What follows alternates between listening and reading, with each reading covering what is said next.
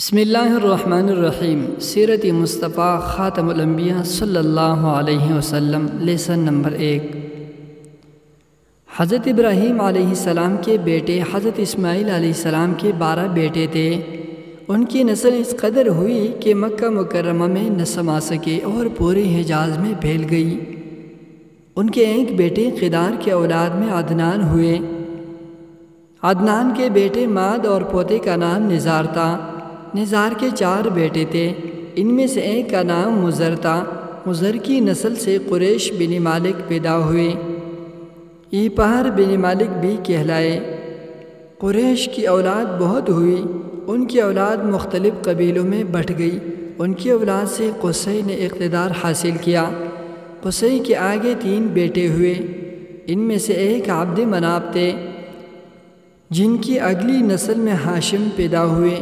ہاشم نے مدینہ کے ایک سردار کی لڑکی سے شادی کی۔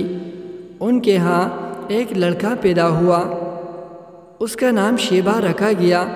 یہ پیدا ہی ہوا تھا کہ ہاشم کا انتقال ہو گیا۔ ان کے بھائی مطلب مکہ کے حاکم ہوئے۔ ہاشم کا بیٹا مدینہ منورہ میں پرورش پاتا رہا۔ جب مطلب کو معلوم ہو گیا کہ وہ جوان ہو گیا ہے تو بھتیجے کو لینے کے لیے خود مدینہ گئی۔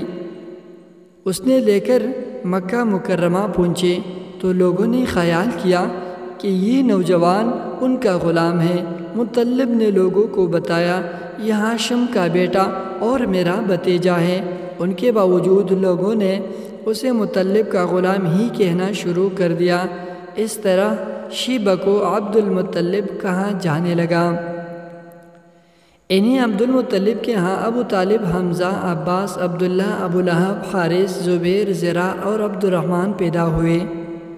ان کے بیٹے عبداللہ سے ہمارے نبی حضرت محمد صلی اللہ علیہ وسلم پیدا ہوئے۔ عبد المطلب کے تمام بیٹوں میں حضرت عبداللہ سب سے زیادہ خوبصورت اور سب سے زیادہ پاک دامن تھے۔ عبد المطلب کو خواب میں زمزم کا کوہ کودنے کا حکم دیا، یعنی حضرت اسماعیل علیہ السلام کے کوے کو۔ کنویں کو قبیلہ جرہم کے سردار مزاز نے پاٹ دیا تھا۔ قبیلہ جرہم کے لوگ اس زمانے میں مکہ کے سردار تھے، بیت اللہ کے نگران تھے۔ انہوں نے بیت اللہ کے بحرمتی شروع کر دی۔ ان کا سردار مزاز بن عمر تھا، وہ اچھا آدمی تھا۔ اس نے اپنے قبیلے کو سمجھایا کہ بیت اللہ کی بحرمتی نہ کرو، مگر ان پر اثر نہ ہوا۔ جب مزاز نے دیکھا کہ ان پر کوئی اثر نہ ہوتا تو قوم کو اس کے حال پر چھوڑ کر وہاں سے جانے کا فیصلہ کیا۔ اس نے تمام مال و دولت، تلواریں اور زرعی وغیرہ خانہ کعبہ سے نکال کر زمزم کے کوے میں ڈال دے اور مٹی سے اس کو پاٹ دیا۔ کوہ اس سے پہلے ہی خشک ہو چکا تھا، اب اس کا نام و نشان مٹ گیا۔ مدت تو یہ کنواں بند پڑا رہا۔ اس کے بعد بنو خزاعہ نے بنو جرہم کو وہاں سے مار بھگایا۔ بنو خزاعہ اور قصی کے سردار کا زمانہ اسی حالت میں گزرا، کنواں بن رہا، یہاں تک کہ قصی کے بعد عبد المطلب کا زمانہ آ گیا۔ انہوں نے خواب دیکھا کہ خواب میں انہیں زمزم کے کنویں کی جگہ کھدائی دکھائی گئی اور اسے کھودنے کا حکم دیا گیا۔ حضرت علی رضی اللہ عنہ سے روایت ہے کہ عبد المطلب نے بتایا، میں حجر اسود کے مقام پر سو رہا تھا کہ میرے پاس ایک آنے والا آیا۔ اس نے مجھ سے کہا طیبہ کو کھودو۔ میں نے اس سے پوچھا طیبہ کیا ہے، مگر وہ کچھ بتائے بغیر چلا گیا۔ دوسری طرف رات پھر خواب میں وہی شخص آیا، کہنے لگا برہ کو کھودو۔ میں نے پوچھا برہ کیا ہے، وہ کچھ بتائے بغیر چلا گیا۔ تیسری رات میں اپنی بستر پر سو رہا تھا کہ پھر وہ شخص خواب میں آیا۔ اس نے کہا مظنونہ کو کھودو۔ میں نے پوچھا مضمونہ کیا ہے، وہ بتائے بغیر چلا گیا۔ اس سے اگلی رات پھر بستر پر سو رہا تھا کہ وہی شخص پھر آیا اور بولا زمزم کو کھودو۔ میں نے اس سے پوچھا زمزم کیا ہے، اس بار اس نے کہا زمزم وہ ہے جس کا پانی کبھی ختم نہیں ہوتا، جو حاجیوں کے بڑے بڑے مجموعوں کو سیراب کرتا ہے۔ عبد المطلب کہتے ہیں میں نے اس سے پوچھا یہ کنواں کس جگہ ہے؟ اس نے بتایا جہاں گندگی اور خون پڑا ہے اور کوا ڈونگے مار رہا ہے۔ دوسرے دن عبد المطلب اپنے بیٹے حارث کے ساتھ وہاں گئی۔ اس وقت ان کے ہاں یہی ایک لڑکا تھا۔ انہوں نے دیکھا وہاں گندگی اور خون پڑا تھا اور ایک کوا ڈونگے مار رہا تھا۔ دونوں طرف بت موجود تھے۔ یہ گندگی اور خون دراصل ان بتوں پر قربانی کیے جانے والے جانوروں کا تھا۔ پوری نشانی مل گئی تو عبد المطلب کودالا لے آئے اور کھدائی کے لیے تیار ہو گئی۔ لیکن اس وقت قریش وہاں آ پہنچے۔ انہوں نے کہا اللہ کی قسم ہمیں تمہیں یہاں کھدائی نہیں کرنے دیں گے۔ تم ہمارے ان دونوں بتوں کے درمیان کنواں کھودنا چاہتے ہو جہاں ہم ان کے لیے قربانیاں کرتے ہیں۔ عبد المطلب نے ان کے بات سن کر اپنے بیٹے حارث سے کہا تم ان لوگوں کو میرے قریب نہ آنے دو، میں کھدائی کا کام کرتا رہوں گا، اس لیے کہ مجھے جس کام کا حکم دیا گیا ہے میں اس کو ضرور پورا کروں گا۔ قریش نے جب دیکھا کہ وہ باز آنے والا نہیں تو رک گئی۔ آخر انہوں نے کھدائی شروع کر دی۔ جلد ہی کنویں کے آثار نظر آنے لگے۔ یہ دیکھ کر انہوں نے اللہ اکبر کا نعرہ لگایا اور پکار اٹھے یہ دیکھو یہ اسماعیل علیہ السلام کی تعمیر ہے۔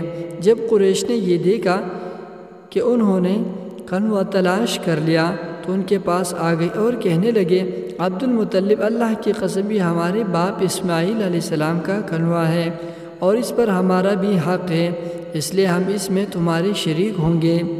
یہ سن کر عبد المطلب نے کہا میں تمہیں اس میں شریک نہیں کر سکتا، یہ مجھے اکیلے کا کام ہے۔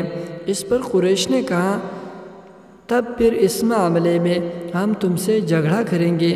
عبد المطلب بولے کسے فیصلہ کرواؤ؟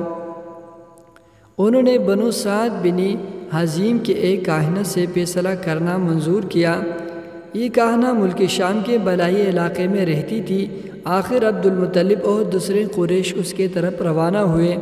عبد المطلب کے ساتھ عبد مناف کے لوگوں کا ایک جماعت تھی، جبکہ دیگر قبائل قریش کی بھی ایک جماعت ساتھ تھی۔ اس زمانے میں ملک حجاز اور شام کے درمیان ایک بیابان میدان تھا، وہاں کہیں پانی نہیں تھا۔ اس میدان میں ان کا پانی ختم ہو گیا، سب لوگ پیاس سے بے حال ہو گئی، یہاں تک کہ انہیں اپنی موت کا یقین ہو گیا۔ انہوں نے قریش کے دوسرے لوگوں سے پانی مانگا لیکن انہوں نے پانی دینے سے انکار کر دیا۔ اب انہوں نے ادھر ادھر پانی تلاش کرنے کا ارادہ کیا۔ عبد المطلب اٹھ کر اپنی سواری کے پاس آئے۔ جو ہی ان کی سواری اٹھی ان کے پاؤں کے نیچے پانی کا چشمہ ابل پڑا۔ انہوں نے پانی کو دیکھ کر اللہ اکبر کا نعرہ لگایا۔ پھر عبد المطلب سواری سے اتر آئے، سب نے خوب سیر ہو کر پانی پیا اور اپنی مشکیزیں بھر لیے۔ اب انہوں نے قریش کے دوسرے جماعت سے کہا آؤ تم بھی سیر ہو کر پانی پی لو۔ اب وہ بھی آگے آئے اور خوب پانی پیا۔ پانی پینے کے بعد وہ بولے اللہ کی قسم اے عبد المطلب یہ تو تمہارا حق میں فیصلہ ہو گیا، اب ہم زمزم کے بارے میں بھی تم سے کبھی جھگڑا نہیں کریں گے۔ جس ذات نے تمہیں اس بیابان میں سیراب کر دیا وہی ذات تمہیں زمزم سے بھی سیراب کرے گا، اس لیے یہیں سے واپس چلو۔ اس طرح قریش نے جان لیا کہ اللہ تعالیٰ عبد المطلب پر مہربان ہے، لہٰذا ان سے جھگڑا کرنا بے سودی ہے اور کاہنہ کے پاس جانے کا کوئی فائدہ نہیں۔ چنانچہ سب لوگ واپس لوٹے۔ واپس آ کر عبد المطلب نے پھر کنویں کی کھدائی شروع کر دی۔ ابھی تھوڑی سی کھدائی کی ہوگی کہ مال، دولت، تلواریں اور زری ہی نکل آئے۔ اس میں سونا اور چاندی وغیرہ بھی تھی۔ یہ مال و دولت دیکھ کر قریش کے لوگوں کو لالچ نے آ گھیرا۔ انہوں نے عبد المطلب سے کہا عبد المطلب اس میں ہمارا بھی حصہ ہے۔